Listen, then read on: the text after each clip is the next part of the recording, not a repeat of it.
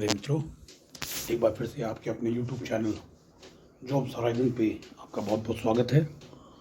जैसा कि मैं हर बार नई नई विज्ञप्ति से आपको अवगत कराता हूँ, तो ये नई विज्ञप्ति मुझे मिली है, तो मुझे पता चला, तो मैंने सोचा एक बार शेयर करना चाहिए आप लोगों के साथ। राजस्थान कर्मचारी चयन बोर्ड जयपुर से ये विज्ञप्ति है और ये भर्ती 2025 के लिए है। विज्ञापन संख्या 3 2025 है। ग्राम विकास अधिकारी सीधी भर्ती है। विस्तृत विज्ञापन है और ये ऑनलाइन PDF निकाला गया। 21 पेज का ये PDF है। तो वीडियो थोड़ा लेंदी बनने वाला, तो आप अंत तक बने रहिए। वीडियो को लाइक कीजिए, शेयर कीजिए, सब्सक्राइब कीजिए, ज़्यादा से ज़्यादा लोगों को शेयर कीजिए ताकि लोगों को पता चल सके कि नई वैकेंसी राजस्थान गवर्नमेंट की तरफ से आई है। तो ये ग्राम विकास एवं पंचायती राज विभाग के लिए है। राजस्थान पंचायती राज अधिनियम 1994 के तहत ये निकली है। ग्राम विकास अधिकारी कुल 850 हैं। गैर अनुसूचित क्षेत्र में 683 व अनुसूचित क्षेत्र में 167 पद हैं। विशेष निर्देश यहाँ पे दिए गए हैं। समान पात्रता परीक्षा होगी, इसमें शामिल किया जाए है। समान पात्रता परीक्षा स्नातक स्तर 2024 से पात्रता परीक्षा बोर्ड द्वारा आयोजित कराई जाएगी और दिनांक 12/2/2025 को जारी किया गया था इसका, है ना। समान पात्रता परीक्षा स्नातक स्तर 2024 की पात्रता परीक्षा में योग्य घोषित है वे अभ्यर्थी जो ग्राम विकास अधिकारी के पदों की योग्यता रखते हैं ऑनलाइन आवेदन भर सकते हैं। तो अब देखिए, इन्होंने उन्हीं के बेस पे आपको ये चीज़ें बताई हैं कि जो इन एग्ज़ाम्स में पहले क्वालिफाई कर चुके हैं, समान पात्रता परीक्षा में शामिल किया गया है। समान पात्रता परीक्षा स्नातक स्तर 2024 की पात्रता परीक्षा बोर्ड द्वारा आयोजित करवाई जाकर परिणाम दिनांक 10/2/2025 को जारी किया गया। समान पात्रता परीक्षा स्नातक स्तर 2024 की पात्रता परीक्षा में योग्य घोषित हुए अभ्यर्थी जो ग्राम विकास अधिकारी के पदों की योग्यता रखते हैं ऑनलाइन आवेदन इस पर कर सकते हैं।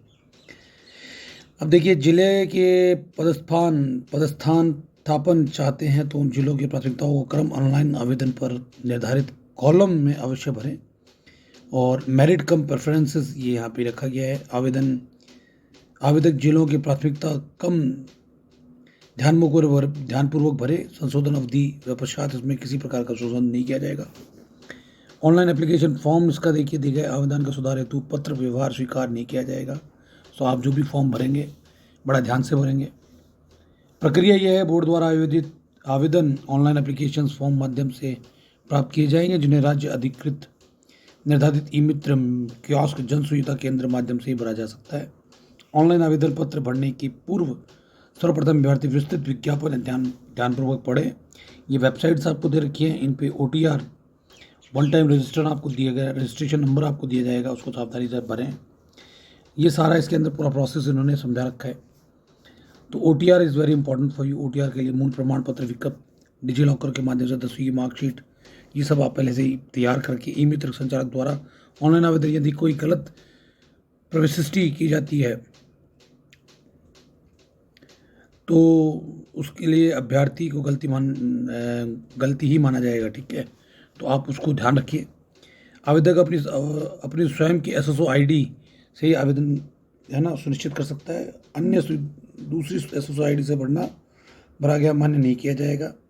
आवेदक को ऑनलाइन आवेदन करने के पश्चात ऑनलाइन आवेदन पत्र क्रमांक आवश्यक रूप से प्राप्त होगा और वह यदि आवेदन पत्र एप्लीकेशन ID अंकित या प्राप्त नहीं हुआ तो इसका अर्थ है कि उसका आवेदन पत्र स्वीकार नहीं हुआ है। अब देखिए, आवेदक को अपने आवेदन करते समय अगर किसी प्रकार का कोई भी समस्या हो तो रिक्रूटमेंट पोर्टल पर दिए गए हेल्प डेस्क नंबर पर आप बात कर सकते हैं। नंबर दिए हुए हैं। अभ्यर्थी बिना कार्यालय में उपस्थित हुए अपनी समस्याओं शिकायतों को राजस्थान संपर्क पोर्टल पर ऑनलाइन दर्ज करा सकता है। इस हेतु citizen call centre toll number 181 पर भी आप शिकायत करवा के अपना काम शॉर्ट आउट करवा सकते हैं। ये वेबसाइट आपको दी rssb.rajasthan.government.in के माध्यम से आप इसमें एप्लीकेशन डाल सकते हैं। एक बार ये पंजीकरण शुल्क आपसे लिया जाएगा SSO ID के थ्रू। तो देखिए, सामान्य के लिए 600 है, अदर्स के लिए 400 है ना। तो इस तरीके से आप इसको ध्यान रखिएगा। ये OTR नंबर आपके लिए बहुत जरूरी है, इसको ध्यान में रखिएगा। तो ये 21 पेजों का PDF है और ये इन डिटेल आपको देखिए जिलावार आपको पूरा डेफिनेशन दिया हुआ है, कितनी कितनी कहाँ पे वैकेंसीज़ हैं। तो आपको एक एक ज़िले के बारे में आप पता कर सकते हैं, जैसे जैसलमेर में 4, बारा में 12, भरतपुर में 21, भीलवाड़ा में 12, बाड़मेर में 22, बूंदी में 10, चित्तौड़गढ़ में 17, चूरू में 11। तो ये पूरा इन्होंने संक्षिप्त में एकदम डिटेल में दिया हुआ है, ठीक है। क्षेत्रीय आरक्षण कैसे दिया जाएगा वो यहाँ पे दिया हुआ है, अनुसूचित क्षेत्र में कैसा है उसके बारे में दिया हुआ है। तो इन डिटेल PDF आपको पूरा क्लियरली इन्होंने समझा रखा है। विशेष प्रावधान क्या है वो यहाँ दिए हुए हैं। पदों की संख्या परीक्षा परिणाम के पूर्व तक कमी या बढ़ोतरी की जा सकती है, बोर्ड के हाथ में है, ठीक है। विशेष प्रावधान में आपको जैसे जिन जिन कैटेगरीज है उन कैटेगरीज के अकॉर्डिंग यहाँ पे आपको पॉइंट आउट किया गया है और उसके पूरे रूल्स एंड रेगुलेशंस आपको समझा रखे हैं कि क्या प्रावधान यहाँ पे होंगे और किस तरीके से आपको विशेष प्रावधान दिए गए हैं। भूतपूर्व सैनिक के आरक्षण के लिए भी यहाँ दिया हुआ है, भूतपूर्व सैनिक हेतु क्या तरीका है। यदि किसी पद के लिए प्रतियोगिता परीक्षा अंतरित करने के लिए एक प्रश्न पत्र में न्यूनतम 8 अंक या कुल अंक जहाँ कहीं भी निहित किए गए तो 5% या भूतपूर्व सैनिक अनुकूल, तो ये 5% भूतपूर्व सैनिक के अकॉर्डिंग इनको प्रेफरेंस मिलेगा। उत्कृष्ट खिलाड़ी के पदों के लिए भी यहाँ दिया हुआ है। देखिए गेम्स में कौन कौन से गेम्स हैं उसके बारे में यहाँ डेफिनेशंस पूरी क्लियरली इन्होंने डिफाइन की हुई है। दिव्यांग के लिए भी यहाँ पे पूरा प्रोसेसर इन्होंने दे रखा है। परमानेंट कितना है, 1 lakh permanent physical impart 40 to 70%, permanent visual impart 40 to 50%, permanent hearing part 40 to 70%, बोनापन है ना, एसिड पीड़ित, ये सब कुछ यहाँ पे इन्होंने बहुत क्लियरली डिफाइन किया है कि किसको कितना क्या प्रेफरेंसेस और वेटेज मिलेगा। अनुसूचित क्षेत्र में अभ्यर्थियों के लिए क्या विशेष प्रावधान है वो भी यहाँ पे बता रखे हैं। तो they have given you very clearly about all everything. पात्रता एवं शैक्षणिक योग्यता यहाँ दे रखी है। देखिए स्नातक या सरकार द्वारा उसके संतुलन घोषित अर्थ, भारत सरकार के इलेक्ट्रॉनिक्स विभाग के निर्धारित डिप्लोमा डिपार्टमेंट में इलेक्ट्रॉनिक्स एकेडिशन गवर्नमेंट ऑफ इंडिया द्वारा आयोजित O लेवल की, ये सब बता रखा है इन्होंने, ठीक है। ग्रामीण विकास एवं पंचायती राज विभाग की अनुसूचना दिनांक 29/1/2021 के अनुसार नियम 254 संशोधित कर दिया गया है, वो संशोधन यहाँ पे बता रखा है आपको। पॉइंट नंबर 2 आपको देखिए बहुत क्लियर दिया, ऑनलाइन आवेदन की शैक्षणिक योग्यता सेक्शन में शैक्षणिक योग्यता स्नातक एवं कंप्यूटर योग्यता के दस्तावेज अपलोड किए जाने हैं आवश्यक है। यदि आपके द्वारा वंचित शैक्षणिक योग्यता प्राप्त की जा चुकी है और अंतिम वर्ष तक अंक तालिका या डिग्री डिप्लोमा प्रमाण पत्र का अपलोड किया जाना है।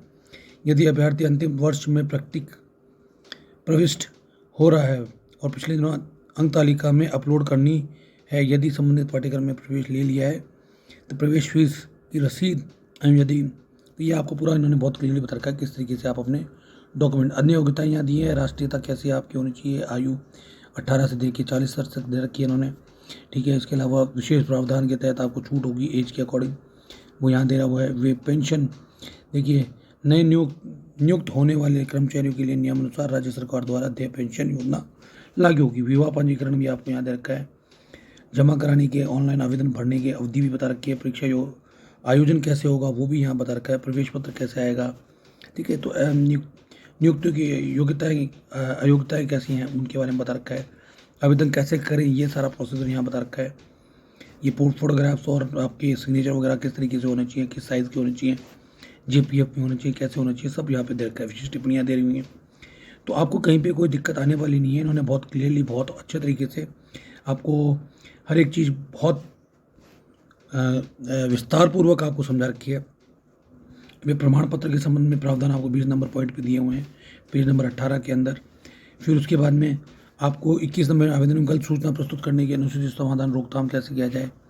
22 नंबर में ग्राम विकास अधिकारी के पदों के हेतु परीक्षा का कीप एवं पाठ्यक्रम कैसा है, ये पाठ्यक्रम यहाँ दे दिया गया है आपको, ठीक है। तो आपको बहुत ध्यानपूर्वक इसको पढ़ना है और सिलेबस को पूरी तरीके से तैयार करना है। बोर्ड की वेबसाइट कौन सी है वो भी यहाँ पे दे रखी है।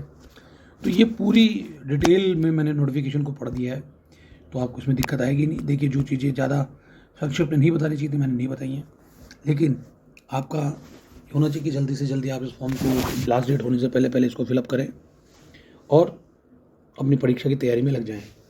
वीडियो अगर आपको अच्छा लगा लाइक कीजिएगा, शेयर कीजिएगा, सब्सक्राइब कीजिएगा और वीडियो में अंत तक बने रहने के लिए आपका बहुत बहुत धन्यवाद।